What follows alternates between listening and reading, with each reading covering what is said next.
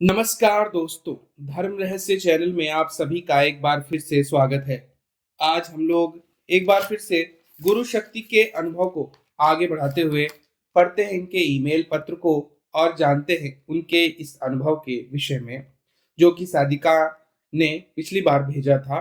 प्रणाम गुरुदेव, चरण स्पर्श। गुरुदेव, आपने मेरे अनुभव पे वीडियो बनाया, इसके लिए आपका बहुत बहुत धन्यवाद। गुरुवक, उस वक्त जब मेरे बेटे का फोन स्विच ऑफ आ रहा था तो मैं बहुत ज्यादा टेंशन में आ गई। मैंने हस्बैंड को कॉल करने के लिए सोचा, लेकिन फिर ख्याल आया वो भी क्या कर लेंगे इतनी दूर से, हमारी तरह उनको भी तो टेंशन होगी। 12:30 बज चुके थे और तभी मेरे बेटे ने अपने दोस्त के मोबाइल से फोन किया और बताया कि मैं अपने दोस्त के साथ मरीन ड्राइव पहुंच चुका हूं। तब मैंने उसको बहुत गुस्सा किया और डांटा। तब देवर ने भी बहुत डांटा और बोला, वो लोग जहां चाहे जाए, तू जल्दी ट्रेन पकड़ के घर वापस आ जा, नहीं तो मैं वहां आता हूं तुझे लेने। और उसको वीडियो कॉल करने के लिए बोला। वीडियो कॉल में मैंने देखा बेटे को, वो ठीक था और सिर्फ बारिश में भीग चुका था। मेरे बेटे को बोला, हाँ काका, हम सब यहाँ थोड़ी देर ही रुकेंगे और फिर सब साथ में घर आ जाएंगे। इतना बोल के फोन कट कर दिया। मैंने वापस उसी नंबर पे कॉल लगाया तो उस लड़के ने फोन नहीं उठाया। मैं बार बार उसी नंबर पे कॉल कर रही थी, लेकिन वो फोन नहीं उठा रहा था। फिर देवर ने पूछा, उस लड़के का कोई दूसरा नंबर है जो आपको पता हो? तो मुझे याद आया कि उस लड़के का घर का नंबर कॉलेज के ग्रुप से मिल जाएगा। तो मैंने कॉलेज के ग्रुप से लेकर के उसके घर पर फोन किया। तो उस लड़के के पापा ने फोन उठाया और मैंने उनको रिक्वेस्ट की कि आप अपने बेटे को बोले कि घर पर आ जाए। सब बच्चे इतनी रात को मरीन ड्राइव गए हुए हैं और मेरा प्रथम भी साथ में है। आप प्लीज उन सब को बोलो कि जल्दी से जल्दी अपने घर वापस आ जाए। और मैंने उनको ये भी बताया कि मेरे बेटे का फोन स्विच ऑफ है और आपके बेटा फोन नहीं उठा रहा। तब उसके पापा ने जवाब दिया कि आप टेंशन मत लो, मैं अभी फोन करता हूँ। गुरुदेव, तब तक रात के 1 बज चुके थे और ट्रेन भी बंद हो गई थी। तभी उस लड़के का फोन ने कॉन्फ्रेंस कॉल लगाया और मेरी बेटे से बात करवाई। मैंने उसको कहा, बेटा तू अब घर पर आ जा, हम सब बहुत टेंशन में हैं। और देवर ने भी कहा कि टैक्सी पकड़ के घर आ जा। तभी वो बोला, ठीक है काका, मैं आता हूँ। तभी रात के 1:15 बज रहे थे और बस गुरुजी, वो एक बार हमारी बात हुई और उसके बाद देवर ने कहा, आप टेंशन मत लो, वो टैक्सी लेकर के आ जाएगा। 2 बजे तक अगर वो नहीं आएगा तो मैं खुद जाऊंगा उसको लेने के लिए। और गुरुजी, देवर को तभी बहुत तेज बुखार भी था। वो दवाई खाए और रेस्ट करने बेडरूम में चले गए। उन्होंने मुझे कहा कि अगर मैं सो जाऊं तो मुझे उठा देना। 2 बजे तक प्रथम नहीं आया तो मैं खुद उसे लेकर के आऊंगा। मैं और मेरी सास, हम दोनों जाग रहे थे। प्रथम जल्दी से घर आ जाए। बारिश भी बहुत जोरों से हो रही थी। मैं गुरु मंत्र का मानसिक रूप से जाप कर रही थी और आपको याद कर रही थी। गुरुदेव, मेरा बच्चा जल्दी सही सलामत घर पर आ जाए। ऐसे ही गुरुजी, रात के 2:30 बज गए, प्रथम नहीं आया। मेरी सास ने कहा, जा संजू को उठा और बोल प्रथम नहीं आया है, उसे लेकर आए। मैं बेडरूम में देवर को उठाने के लिए गई तो मैंने देखा कि वो बहुत गहरी नींद में सो रहा है। मैंने कहा उसका, फिर माथा भी चेक किया, बुखार से वो तड़प रहा था। मैंने बाहर आकर मम्मी से बोला कि संजू को बहुत तेज बुखार है, इतनी बारिश में वो कहाँ प्रथम को ढूंढने जाएगा। फिर मेरी सास ने उस लड़के के पापा को वापस से फोन लगाया तो उसकी मम्मी ने बोला, हाँ वो लोग अभी टैक्सी में हैं और आ रहे हैं, आप टेंशन मत लो। फिर मम्मी ने पूछा, मेरा प्रथम भी साथ में है?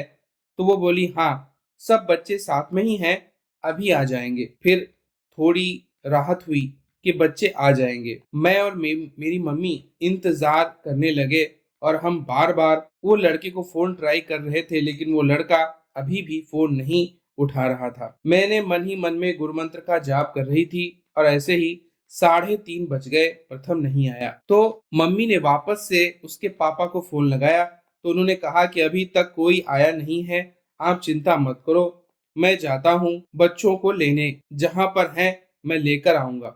मम्मी ने कहा मैं भी साथ चलती हूँ तो उन्होंने मना कर दिया। बोली इतनी रात को आप कहाँ परेशान होंगी, और अभी बारिश भी कितनी तेज है, आप घर में ही रहो, मैं सब बच्चों को लेकर आता हूँ। गुरुदेव वो लोग ठीक से कुछ बता नहीं रहे थे। कभी बोलते थे कि बच्चे टैक्सी से आ रहे हैं, कभी कहते कि मैं लेकर आता हूँ, मतलब उनको पता है बच्चे कहाँ पर हैं, लेकिन हमें नहीं बता रहे थे। बस शॉर्टकट में बोलकर फोन रख देते। उस वक्त तो जैसे जैसे लग रहा था कि क्या करें, कहाँ जाएं। उसको ढूंढने में डर था कि इतनी बारिश, ऊपर से मरीन ड्राइव, पूर्णिमा की रात, समुन्दर भी उफान में होगा। आपको पता ही है गुरुदेव, पूर्णिमा में समुन्दर की लहरें कितनी तेज हो जाती हैं, और गुरुदेव मरीन ड्राइव में पानी सड़क तक आ जाता है, सड़क पर चलने वाली गाड़ियां भी भीग जाती हैं, और ऊपर से इतनी तेज बारिश।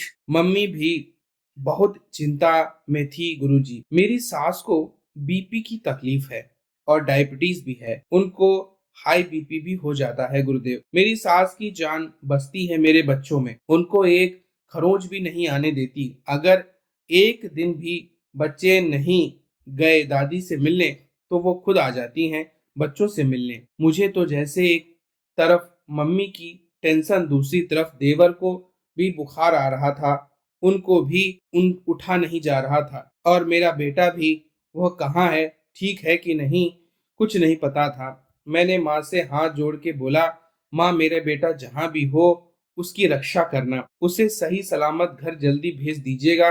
और गुरु मंत्र का मैं जाप करने लगी।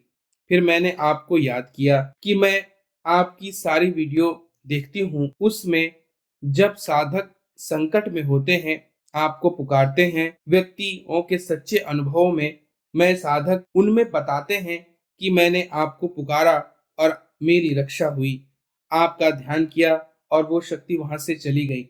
आपने सपने में दर्शन देकर मेरा मार्गदर्शन किया, मैंने आंखें बंद की और आपका ध्यान किया, आपको पुकारा और आपसे प्रार्थना की, हे गुरुदेव आपकी शिष्या की सहायता करें, आप जैसे साधक भाइयों की रक्षा करते हैं, मेरे बेटे की भी रक्षा करें। भले ही मेरा बेटा आपसे दीक्षित नहीं है, पर मैं तो हूं ना गुरुजी, मेरे बच्चे को सही सलामत घर भेज दीजिए।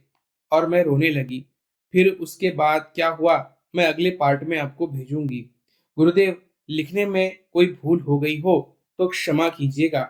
जय मां पराशक्ति, जय गुरुदेव। तो देखिए यहाँ पर स्पष्ट रूप से यह बात समझ में आती है कि माँ बाप को हमेशा अपने बच्चों की चिंता रहती है, और कभी भी बच्चों को अपने माँ बाप की चिंता को नहीं बढ़ाना चाहिए, क्योंकि उनके लिए, उनके जीवन में उनके बच्चों से अनमोल कोई नहीं होता है। ऐसे में उन्हें हमेशा इस बात का ख्याल होना चाहिए कि उनके लिए उनके पीछे कोई परेशान हो रहा होगा, तो अपनी जानकारी अवश्य ही पल पल की वो देते रहे। खासतौर से रात के ऐसे समय में जब हमें घर से बाहर नहीं निकलना चाहिए, निशा काल हमेशा एकाग्रनिष्ठ होकर केवल साधना, सोने के लिए या फिर किसी विशेष एक स्थान पर रुककर कोई कार्य करने के लिए ही उपयुक्त होता है। रात्रि घूमने फिरने और बाकी कार्यों के लिए बिल्कुल भी उपयुक्त नहीं होती है अगर वो मध्यकालीन रात्रि है, यानी कि 12 बजे का समय हो चुका है, क्योंकि निशा का जो काल होता है वह उत्तेजना ऐसी मन में भरता है कि व्यक्ति अपनी जो सोच और समझ है उस वक्त वो खो देता है, और इसीलिए निशाचरी बोली जाती है। निशा जो होती है, रात्रि जो होती है, वह तामसी शक्तियों की अधिक प्रतीक मानी जाती है। इसीलिए सारे कार्य बंद हो जाते हैं, पशु पक्षी सब सोने चले जाते हैं, प्रत्येक जीव सोने चले जाता है। मनुष्य अधिक बुद्धिमान हो गया है, वह बात अलग है, कार्य की क्षमता बढ़ाने के लिए वह उस वक्त भी कार्य करता रहता है, लेकिन रात्रि सोने के लिए बनाई गई है, आराम करने के लिए बनाई गई है। और अगर कोई काम भी कर रहा है व्यक्ति तो उसे एक स्थान पर ही करना चाहिए। उस वक्त न तो ट्रेवल करना चाहिए, ना ही कोई ऐसा कार्य करना चाहिए। और ऐसे में जब बारिश इत्यादि ऐसी कोई समस्या हो, लाइट प्रकाश की समुचित व्यवस्था नहीं है, ऐसे में कोई भी दुर्घटना कैसी भी कभी भी घट सकती है। इसीलिए ये कहा जाता है कि हमेशा इस बात का ध्यान रखें और अपने माता पिता की चिंता को और न बढ़ाएं, और सारे बच्चे और जो भी नवयुवक नवयुवतियां हैं वो इस बात को समझें कि आपके पीछे भी आपका परिवार आपके लिए किसी वक्त परेशान हो रहा हो। जब भी कभी भी ऐसी स्थिति हो तो आपका मोबाइल और जो संपर्क का कोई साधन है, आजकल मोबाइल ही होता है, उसको अवश्य ही चालू रखना चाहिए। पल पल की खबर परिवार को होती रहे ताकि उनकी परेशानी ना बढ़े, उनको किसी प्रकार की मानसिक चिंता बिल्कुल भी ना हो। आगे क्या हुआ जानेंगे हम लोग अगले भाग। अगर यह वीडियो आपको पसंद आया है तो लाइक करें, शेयर करें, सब्सक्राइब करें। आप सभी का दिन मंगलमय हो। जय मां पराशक्ति।